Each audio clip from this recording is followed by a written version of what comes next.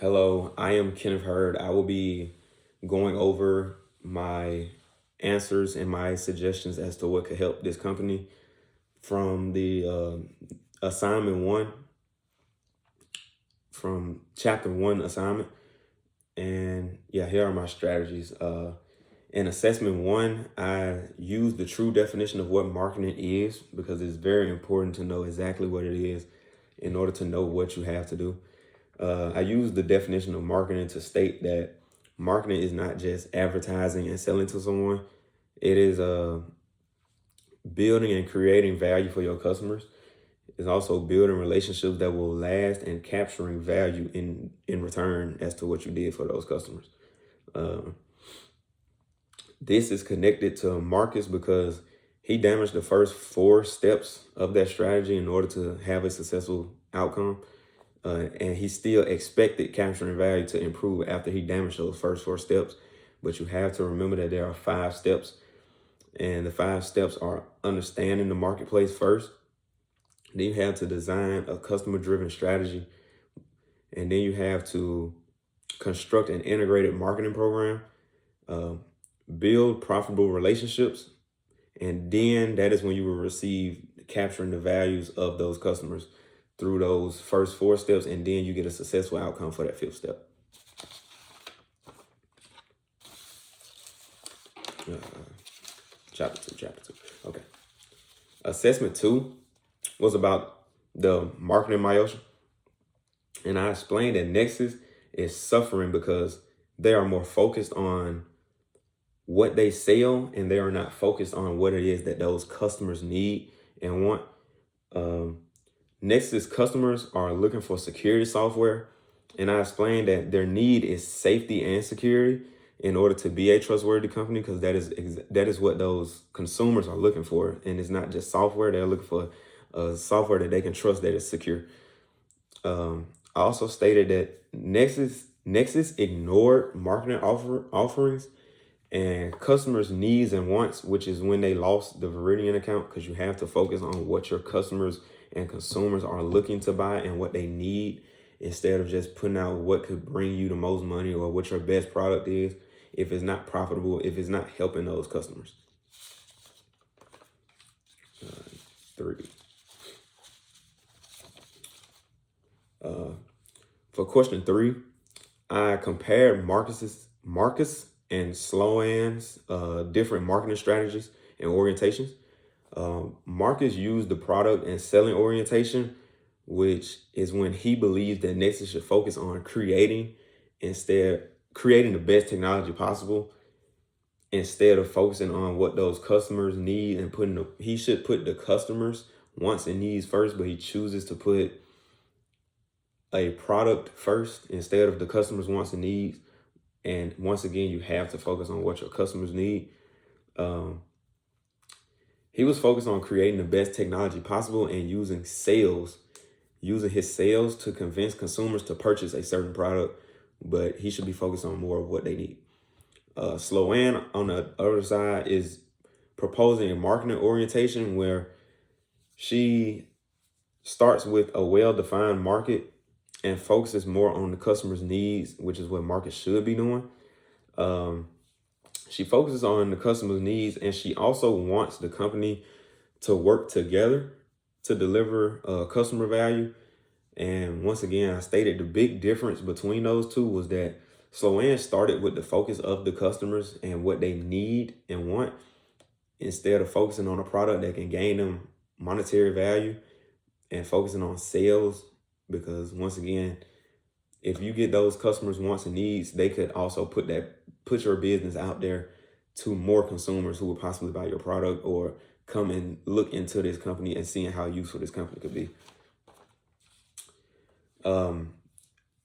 Question 3 also asked for a concierge protocol tactic, and my concierge protocol tactic was suggesting to assign a Nexus engineer to contact an upset true friend customer. And I said that engineer could then listen to those complaints, whether it be a complaint that they're hearing from this customer or a complaint this customer is also hearing from another consumer, or any complaint that this customer is going through themselves. The engineer could listen to those complaints and give feedback. But the main thing is make sure that we understand them and apologizing to those consumers, but due to whatever that situation was, and tell them that we will work on a way to fix this. I also say that we should provide a way for customers to get their concerns out to more than just that one security person, whether that be through a shareable file that we can put out for the company to see, or if that company can hold a in-person moment throughout their day of business where they could just not focus on sales or anything and have a set day or a set time within the day to allow their consumers, whether it be through a Zoom call or an online call, a in-person pop-up, any way that we can actually hear those voices instead of just typing. If we could see faces and put face to voice and actually see the concerns that our customers and consumers have, then that will also make them feel that their voice has been heard to help during this process of us fixing whatever those complaints are. So I said that would be a way for us to provide consumers with the ability to share their concerns with more people in the company outside of just that engineer.